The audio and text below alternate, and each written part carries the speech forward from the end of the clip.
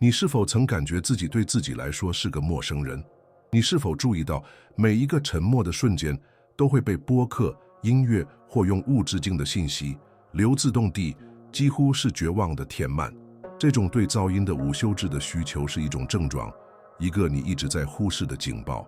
你生活在一种连接疲劳的状态中，被通知不请自来的意见，以及在数字和现实世界中进行社交表演的无形压力所轰炸。这种感官超负荷不禁令人疲惫，它正在分裂你的注意力，稀释你的身份，并且去你深度思考的能力。你争议自动驾什么是生活，对世界做出反应而不是主动行动。日复一日，你是水与你可能成为水之间的距离越来越大。你所感受到的这种不挂是真实且被深刻理解的，这是一种在信息海洋中漂流的感觉。你的内心平静似乎危险地依赖于外部的验证、点赞、评论，那些几乎不了解你旅程的人的认可。你变得被动，你内在的落盘被持续的噪音高的失准。害怕与自己的思想独处，实际上是害怕面对外部混乱对你内心世界造成的影响。你称之为生活的这种噪音，实际上是一种静谧的干扰，一层面纱，组织你构建唯一真正重要且任何人都无法给予或夺走的东西——你自己。你最强大、最专注、最真实的自我正被一层层的干扰所掩埋。但如果治愈这种慢性焦虑的方法不在于有一次的连结，而在于勇敢而可以的断开连结呢？如果你所恐惧的沉默实际上是你最强大力量的原材料，是你真正力量被短造的竞技场呢？独处，我的朋友，不是一种惩罚或孤独的标志，它是一种记录，一种心灵的训练场，是强者的战略选择。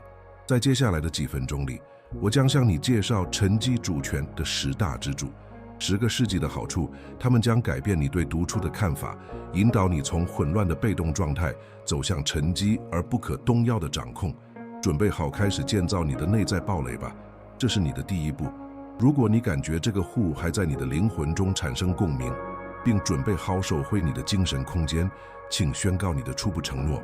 给这个视频点个赞来表明你的意图，订阅频道以加入一个建设者的社区。更重要的是，评论你从那个城市或国家开始这段路程。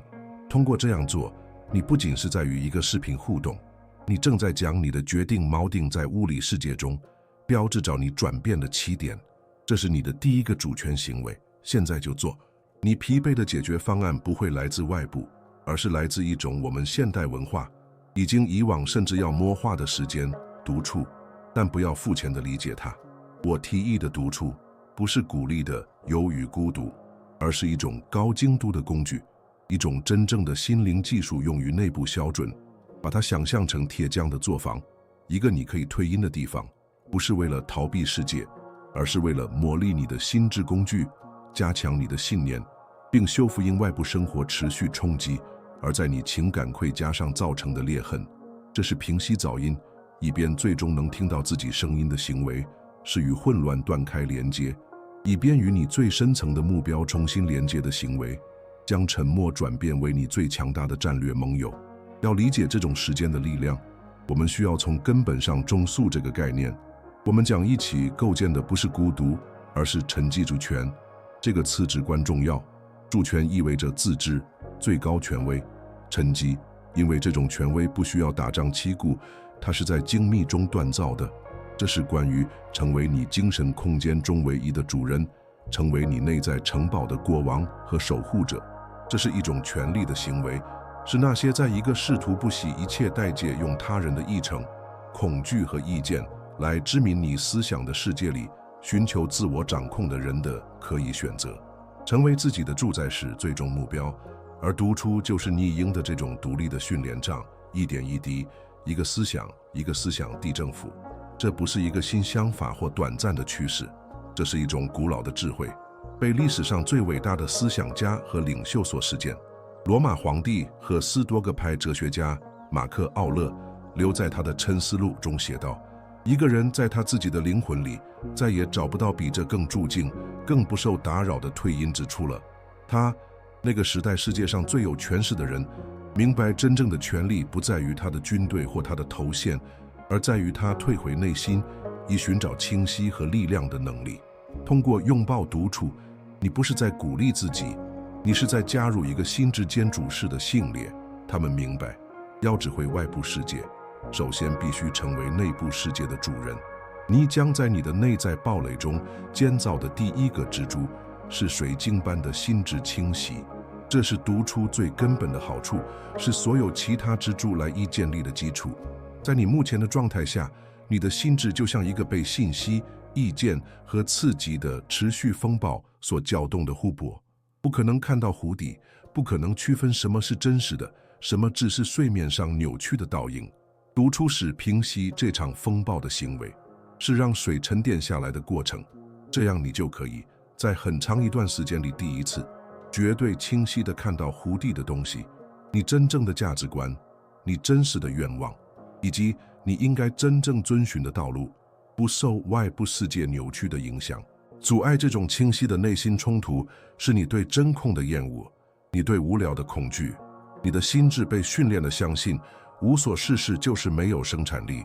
他渴望分心，渴望一个新的信息流来滚动，渴望一个新的正义来愤怒。沉默似乎很危险，因为在其中，你一直压抑的想法会浮出水面，焦虑、怀疑、不安全感。你逃避独处，因为你害怕在里面会发现什么。自然的倾向是用噪音填满每一微秒，这样就不避免对内在的混乱。生活在嘈杂的表面，比潜入你自己意识的深邃浑浊的水域要容易得多。但正是在这次潜水中，清晰才得以存在。想象你的心智是一个黑暗的房间，堆满了你甚至不记得放进去的家具。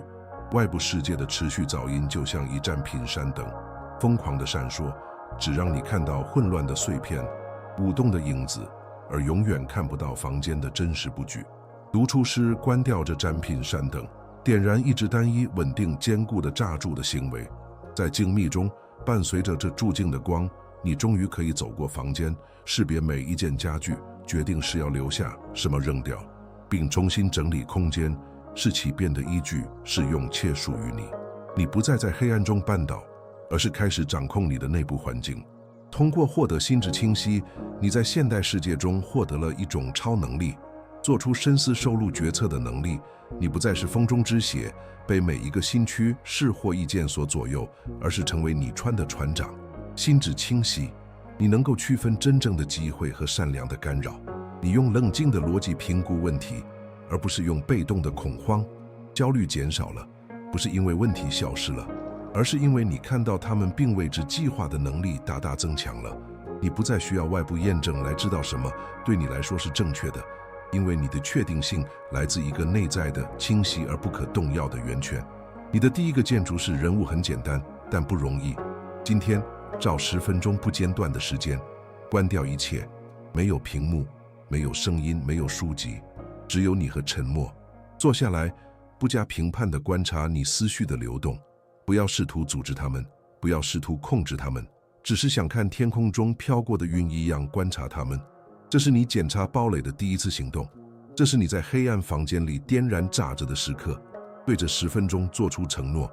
这是你心智清晰基础上的第一块砖。你将建立的第二个支柱是他人意见的排毒。我们生活在一个从小就训练我们寻求外部认可的社会中，你的选择，从你穿的衣服到你追求的职业，都或明或暗地受到公众意见法庭的审判。这种对验证的沉迷是一个无形的监狱，它迫使你活出一个对他人来说可以接受的自己，而不是对你自己来说真实的自己。独处世界要通过可以延迟他人的声音，你创造了一个神圣的空间，在那里唯一重要的意见以强大的力量回响你自己的。这是让你的自尊断绝对他人认可的依赖，并用自信来滋养它的过程。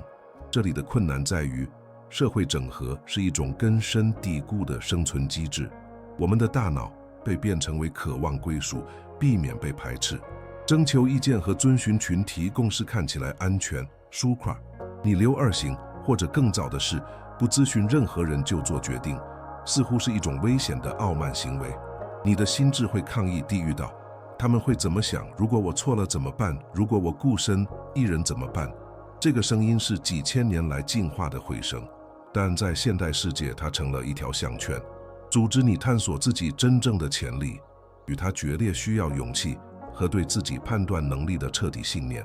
把你的心智想象成一块空白的画布，从你出生起，你认识的每个人都得到了一支画笔，并被允许在这块画布上画写什么。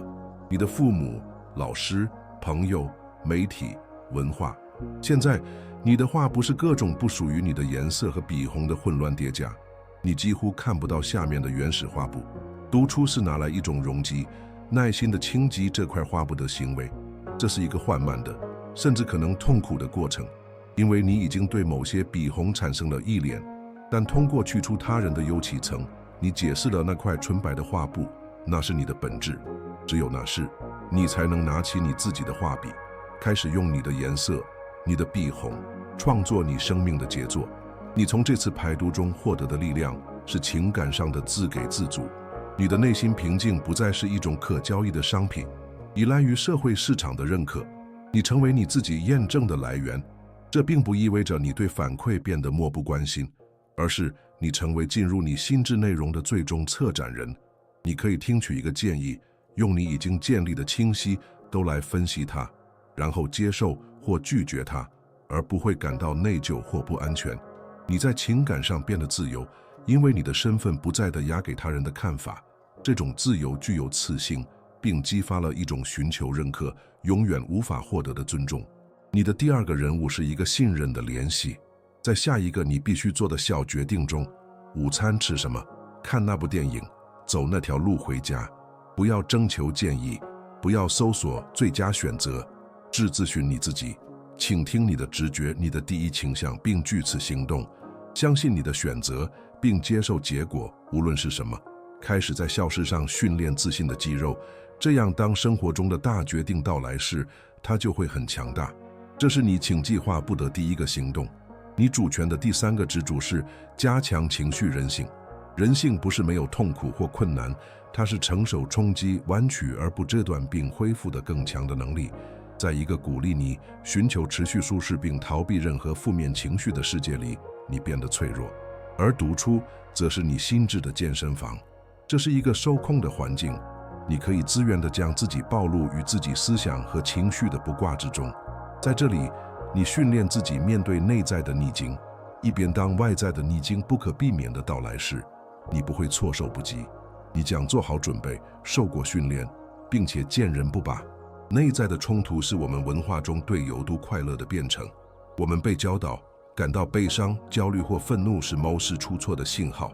所以，在卜卦的第一个迹象出现时，我们本向分心、事物、娱乐、购物，任何能麻痹感觉的东西。在独处中，无处可逃，你被迫与你的卜卦坐在一起，直视它。这是一个深刻违反直觉的体验。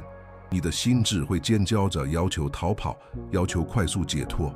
坚持下去，去探究情绪而不是逃避它，这是最难培养的纪律之一，但它在内心力量和持久的情感稳定性方面回报最大。想象一个正在训练的剑客，他不会把所有时间都花在阅读几件书籍或观看他人比赛上，他会花上几个小时，独自一人练习动作，感受剑的重量，加强他的手腕，预判一个想象中的对手的攻击。他重复相同的动作数千次，直到他们成为本能。独处是你的道场，在这里你练习处理情感武器。你中文过去的挫败感不是为了反复思考，而是为了分析你的反应。你预见未来的挑战，并演练你冷静理性的回应。你成为一名心智战士，在沉默的和平中训练，为日常生活的战争做好准备。你培养的力量是4多个式的平静。你不再是一个情绪的过山车，随着每一次赞扬而上升，随着每一次批评而坠落。你的情绪极限变得稳定，你仍然感受到情绪，但它们不再占有你。你观察它们，从中学习，然后让它们过去，就像一位大师观察河流的流动。这种人性是，你不仅成为自己的力量支柱，也成为你周围人的力量支柱。在危机时刻，当所有人都恐慌时，你将是那个冷静、沉稳、能看到解决方案的人，因为你已经在暴雷的沉默中为此训练过。你的第三个人物是一次资源的对抗。下一次当一种强烈的负面情绪出现时，挫败感、悲伤、愤怒，地址立即分心的冲动。相反，给自己2分钟，闭上眼睛，深呼吸，只是感受你身体里的情绪，它在哪里，身体上的感觉是怎样的。不要评判，不要分析，只是带着好奇心观察它，就像科学家观察一种现象一样。这是你与情绪的第一次交锋，这是你作为心智战士训练的开始。我们将要奠定的第4个支柱是恢复深度专注。你的注意力或许是你最宝贵的资产，而它正受到持续的攻击。数字经济指在将你的注意力分裂成千篇，把你变成一个无关紧要的微信系的强迫型消费者。这种持续的部分注意力状态组织你完成有意义的工作，进行深度思考，以及真正地与当下连接。独处是专注的圣殿。通过从一个旨在分散你注意力的环境中退出，你训练你的心只在一段较长的时间内专注于一件事，重新点燃你已经因水平创造、解决和学习的能力。对这个支柱的阻力是巨大的，因为你的大脑在神经学上被分心所奖励。每一个通知、每一个新帖子、每一个点赞，都会释放一小剂多巴胺，这是快乐和奖励的神经递递质。你实际上对被大段上瘾了。坐下来长时间专注于意象人物，没有这些多巴胺的小刺激，可能会感到身体上的不舒服，几乎像阶段反应。你的心智渴望刺激，会产生内部干扰，提醒你维度的优减。随机的人物，任何可以为寻找新刺激辩护的事情。赢得这场战斗需要僧侣般的记录和运动员般的决心。把你的注意力想象成艺术极光。在你正常分心的状态下，这束光正通过一个棱镜，将它散射成千个微弱的光点，照亮一切一点点，但没有足够的力量去燃烧或且个人和东西。你照亮你的社交网络、你的电子邮件、新闻、他人的谈话，但你无法将足够的能量集中在一点上，以产生真正的影响。独处是移出这个冷静的行为，是把所有这些分散的能量聚集到一束强大而集中的光束中的过程。用这束激光，你可以切割最复杂的问题，焊接创新的想法，并燃烧掉拖延症，完成一件让你引以为豪的工作。实际的结果是你变得效率成倍提高。定律很简单，你工作的质量是投入的时间乘以专注强度的产物。通过大幅提高你的专注强度，你可以在分心状态下所需时间的一小部分内产生高质量的结果，这为你释放了更多的时间用于休闲、家庭和其他活动。你不再是忙碌的，而是变得富有成效。这种深度专注不仅挂用于工作，它还延伸到你的存在感。当你和某人在一起时，你真的在哪里？专注于谈话，这使得你的互动变得无限丰富和有意义。你的第4个人物是一次专注训练，选择一项需要你至少专注25分钟的人物，可以是一本书的一章、一份报告的写作，或者一项技能的练习。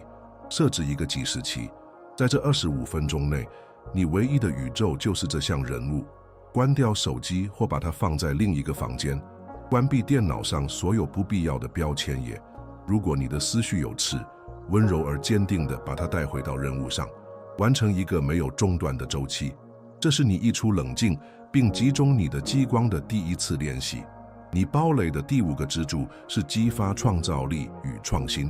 最好的想法很少出现在嘈杂的会议中，或者在你被动的消费他人内容时。真正的创造力，那种能解决复杂问题并产生创新见解的创造力，源于你头脑中已存在的看似不相关的想法的连接。这个孵化和连接的过程需要空间、沉默和时间，以便你的潜意识可以工作。独处是这些想法冲刺可以发芽的非我土壤。通过原持续的信息摄入，你让你的头脑整理它已经知道的东西，并从中创造出全新的东西。这里的障碍是我们对写作和头脑风暴作为新想法唯一来源的美化。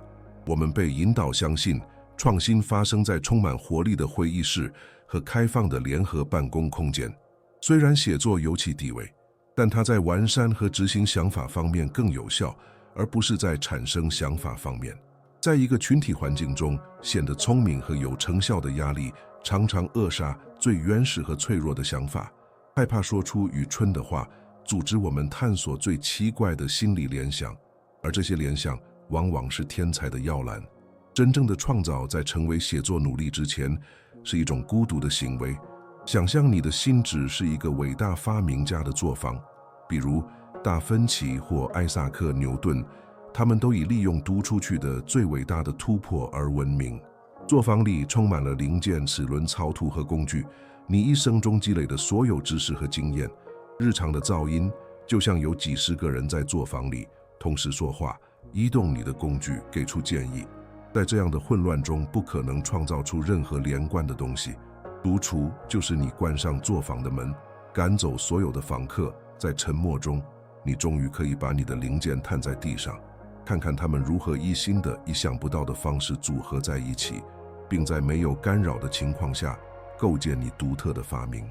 你解锁的力量是成为经营问题解决者和原创思想家的能力。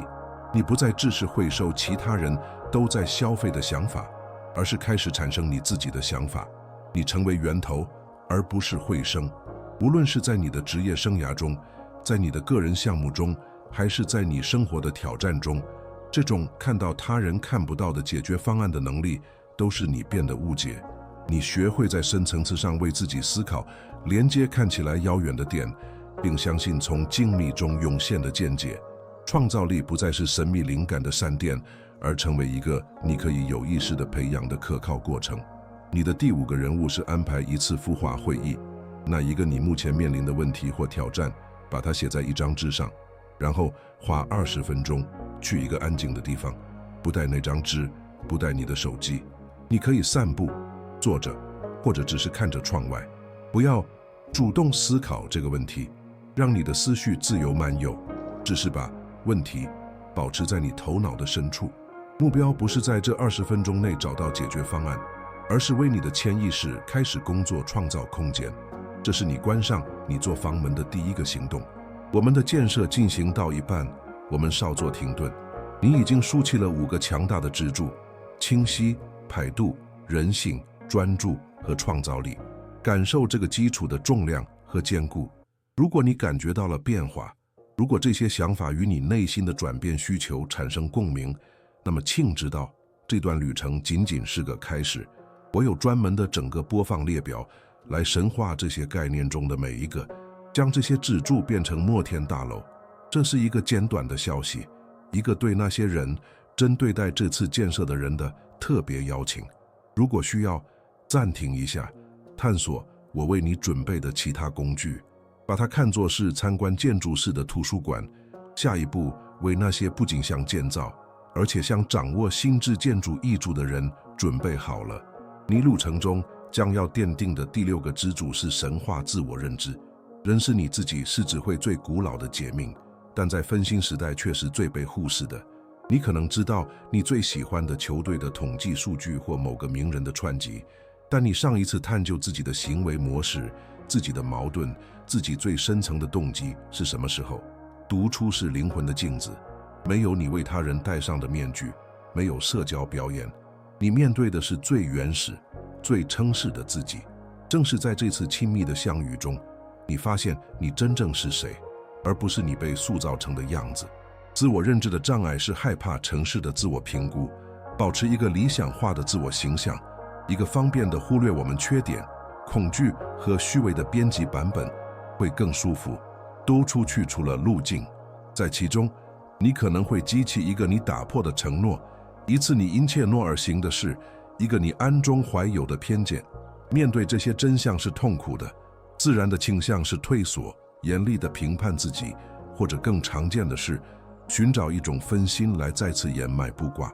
用同情和好奇心，而不是评判，来观察这些阴暗面的记录，是将破坏性的自我批评转变为建设性的自我认知的关键。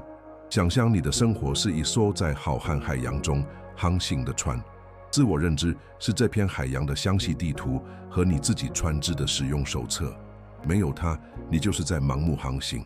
你不知道危险的洋流，你的自动反应，海怪，你未解决的创伤，或者你穿的真实能力，你隐藏的才能。你只是在风暴出现时对他们做出反应。独处是船长在船舱里度过的时间，研究地图，检查船体，了解每一根绳子和每一面帆。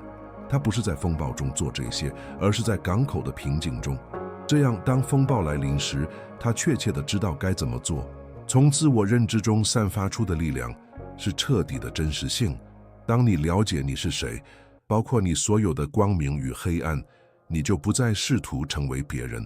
你以一种强大的和谐在世界上行动，你的行为、言语和价值观完美一致。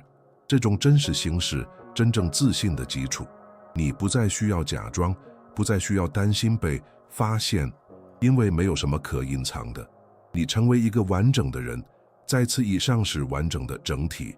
这种完整性给你一种庄重感，一种吸引真正信任和尊重的存在感，因为人们本能地感觉到他们正在与一个真实的人打交道。你的第6个人物是一次个人考古，拿一本日志或一张纸，花15分钟回答这个问题：上周我在什么情况下没有按照我希望成为的人那样行事？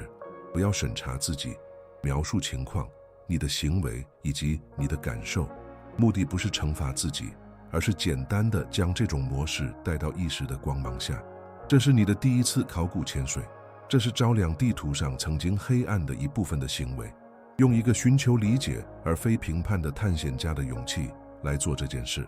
第7个支柱可能看起来违反直觉，但它是最深刻的之一：改善你的人际关系质量。独处的时间如何能改善与他人相处的时间？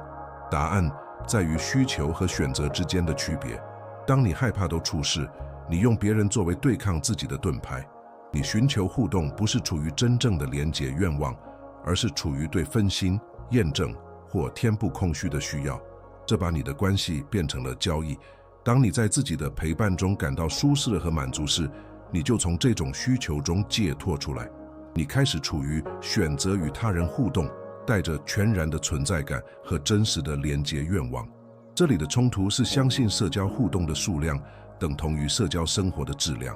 我们的文化用朋友、追随者或日历上的时间数量来衡量社交成功，这创造了一种社交错失恐惧症 （FOMO） 趋势。你对所有事情说是，出现在所有地方，即使这让你筋疲力尽。互动付钱，选择一个晚上独自度过，而不是去参加社交活动，可能会被视为奇怪或反社会。事实是，选择心是深度的关键。拒绝好的、付钱的东西，以追求伟大的、有意义的东西需要勇气。把你想象成一口水晶，如果你一直敞开，允许任何人在任何时候去水，并依赖于水外部验证来补充，你的水位将永远很低。你给别人提供的是钱而浑浊的水，因为你自己也几乎干涸了。独处是该上井盖，让你内在的泉源来补充它的过程。当你退隐时，你的水变得更深、更纯净。然后，当你决定向某人敞开时，你给他们的不是绝望的需求，而是一杯来自深邃而充满的精的、清新、清澈、丰富的水。你成为滋养的源泉，而不是负担。结果是你的关系发生了转变，基于需求的付钱互动开始消失，而真实、深刻的连接得到加强。你的存在成为一份礼物。当你和某人在一起时，你完全在场，因为你没有暗自希望区别的地方或寻求验证。你更仔细地倾听，更有意图地说话，并以更深的层次欣赏对方的陪伴。矛盾的是，通过变得更加自给自足，你成为了一个更好的朋友、伴侣和家人。你的独处时，你更适合陪伴。你的第7个人物是一次有意识的在场行动。在你下一次与某人的重要会面中，与伴侣共进晚餐，与朋友喝咖啡，与父母交谈，把你的手机收起来，放在看不见的地方，把你全部的注意力都投入到那个人身上。倾听是为了理解，而不仅仅是为了回应。问一些能表明你真正兴趣的问题，试找给他们你完整、不可分割的存在感的礼物，即使只有30分钟，感受连接质量上的差异。这是你从你的经中提供纯净水的第一步。你将要建造的第8个支柱是做出长期决策的能力。你生活的大部分是由少数几个关键决策定义的。日常的被动反应、手机是心和外部压力的驱动，是良好生活策略的敌人。你最终做出的选择提供了短期缓解，但却损害了你的长期目标。独处提供了必要的视角，让你超越当下的迷雾。它是你的战略总部，一个你可以看到你生活完整地图的地方，评估不同的可能未来，并做出与你当前情绪无关，而是与你期望的一产相意志的决策。长期思考的困难在于我们对即时满足的生物学补限，我们的大脑进化为优先考虑即时奖励，今天找到食物，而不是未来利益为下一季播充。现代世界最大限度地利用了这种不限，提供简单的心态、安需娱乐和对复杂问题的快速解决方案，推迟满足，为未来的更大利益牺牲当下的舒适，违背了我们最基本的本能。这需要清晰的视野和意志力，而这些智能在原始世界美妙提供的即时奖励的诱惑声中培养。想象你正在建造一座大教堂，一个被动的建造者会只专注于每天砌最多的砖，而不查阅蓝图。他甚至可能很快建起1度高墙，但很快就会意识到他在错误的地方，或者地基无法支撑重量。而明智的建筑师则会花大量时间独自与蓝图、你的生活远景相处。他退入独处来研究设计，遇见结构性挑战，并确保今天砌的每一块砖都有助于几十年后大教堂的最终辉煌。他不仅仅是在砌砖，他是在实现一个远景。你因此获得的力量是生活建筑柱。你不再是偶然的生活，而是开始可以地生活。你变得能够设计你的未来。这意味着对现在看起来不错，但会让你偏持主导的机会说不。这意味着今天做出牺牲，储蓄而不是消费，学习而不是娱乐，训练而不是休息。因为你对这些牺牲将构建什么有清晰的远景。你开始用你的生活下棋，思考未来5步，而其他人只是在对期盼做出反应。这种将你的日常行动与你的长期抱负对齐的能力，是区分成旧生活和遗憾生活的关键。你的第8个任务是与自己安排一次战略会议。这个周末抽出30分钟，去一个不会被打扰的地方，问问自己，这周的我是那个能带我走向5年后我渴望的未来的人吗？要诚实，你的日常行动和你的长期远景之间存在那些差异。你不需要有所有答案，但开始问正确的问题。这是你查阅你大教堂蓝图的第1个行动。我们将要巩固的第9个支柱是现代世界中最受追捧的之一，现着减少压力和焦虑。你的大部分压力并非来自时间本身，而是来自你对他们的解释和反复思考。你的头脑陷入如果怎么办的循环中，重播在男性的情境或反复回味过去的谋犯。这种心理剧场是令人筋疲力尽的，它的发生是因为你没有一个机制来关闭它。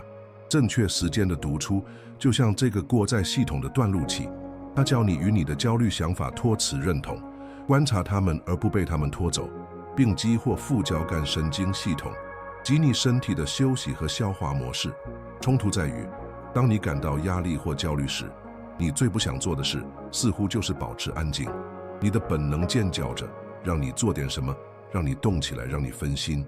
保持沉默似乎会放大焦虑，给它更多增长的空间。而且最初可能确实感觉如此，没有外部的干扰，内部的噪音可能显得震耳欲聋。记录在于承受这种最初的不挂高峰，知道在它的另一边是深刻的平静。这就像跳入冷水，最初的冲击是强烈的，但如果你坚持下去，你的身体会挂音，一种助劲和活力的感觉会油然而生。把你焦虑的心智想象成已知，最后从一根树枝跳到另一根，尖叫并制造恐慌。试图与猴子搏斗或对它大喊大叫时，会让它更激动。外部世界一起持续的刺激，不断给猴子更多的救。独处就想把这只猴子带到一个空旷、安静的房间。起初，它会发疯，跳到墙上寻找出口，但最终没有任何外部刺激，它会累。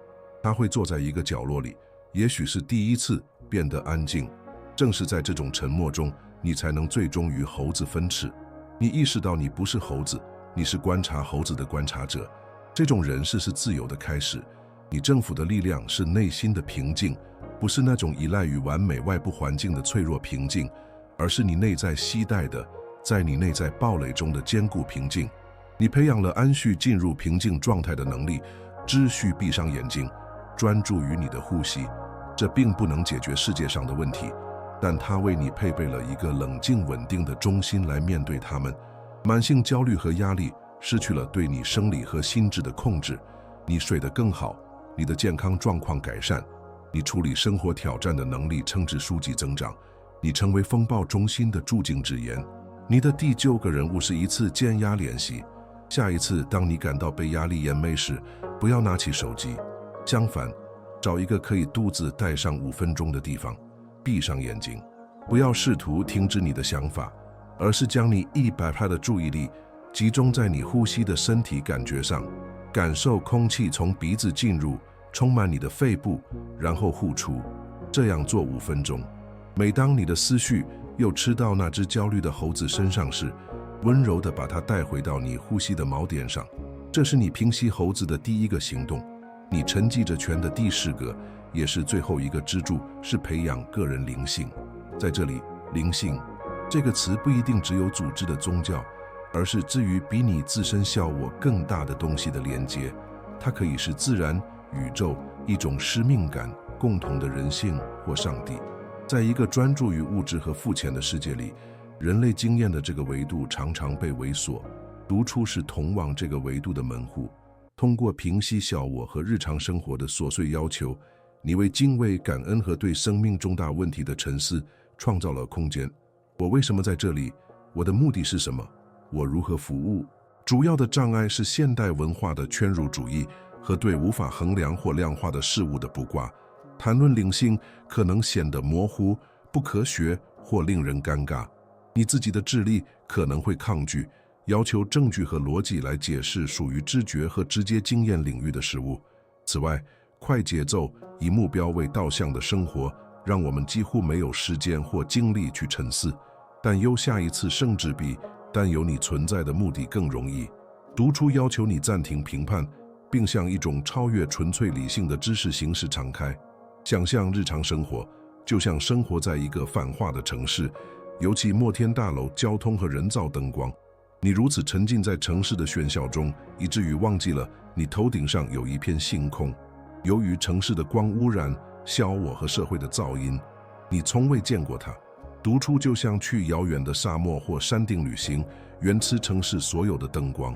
在那里，在绝对的黑暗和寂静中，你终于可以抬头，见证宇宙的浩瀚与美丽。你感到渺小，但以一种令人慰藉的方式。你意识到你是无限更大、更神秘事物的一部分。这种人是改变了你对日常城市问题的看法。你培养的力量是一种不可动摇的使命感和视角。当你与比你更大的东西连接时，你的个人问题和担忧就被放在了他们应有的位置。他们不会消失，但他们失去了住在你生活的能力。你产生了一种对简单存在的感激之情和一种超越个人利益的动力。这给你非凡的人性，因为你的行动被一个更深层的为什么所驱动。你不再只为自己而活，而是开始为某个目的服务。而这矛盾的是，带来了最深刻、最持久的个人满足感。你的第10个也是最后一个人物是一次连接的练习。这周一次，在独处中找个时间与自然连接，可以是看日落，赤脚走在草地上，仰望星空，或者只是感受脸上的风。花10分钟，你唯一的目标是欣赏你面前事物的魅力和复杂性，试着感觉自己是它的一部分，而不是一个分尺的观察者。让一种敬畏和感激之情自然产生。这是你走出灯火通明的城市的第一步，开始凝视那片一直存在于你上方的浩瀚星空。你已经到达了这份至难的结尾，但你正处于你真正旅程的绝对开端。我给了你蓝图，建造你内在堡垒，你沉积大教堂的计划。沉积主权的4个支柱：清晰、态度、人性、专注、创造力、自我认知、深度关系、长期远景、内心平静和目的，现在都由你来建造。开始这个视频式的那个被动的人，那个曾是噪音和他人验证努力的人，不再需要成为你的现实。工具就在你手中，试用它们，开始挖掘地基，竖起墙壁的决定，完全属于你。真正的转变不是通过观看发生的，而是通过应用。现在，你的路程需要一个公开的承诺，不是为了我，也不是为了算法，而是为了你自己。这是你与你未来版本的合同。我希望你到评论区带着意图和决心，写下一下声明：我是建筑师。这4个字是你建设的第一个行动，它们是你宣布你不再是你自己心智中的被动租户，而是你内心世界的设计师、工程师和建造者。写下这句话时，你正在放下第一块砖，你新身份的0点标志。现在就做，感受宣布你决定成为谁的力量。如果你感受到了这个呼唤并致力于这项工程，请确保你一订阅频道并开启通知，这样你就不会错过任何未来的工具。为了加强我们的建设者社区，请留下第2条评论说：我看到了最后记，让其他人知道这段旅程是值得的。最后，如果这条信息与你产生共鸣，请将这个视频分享给另一个你知道迷失在噪音中，需要找到自己沉默的人。记住，一个建筑师最伟大的行为，不仅是为自己建造，也是激励他人，设计他们自己的杰作。建设现在开始，没有什么能阻止呢。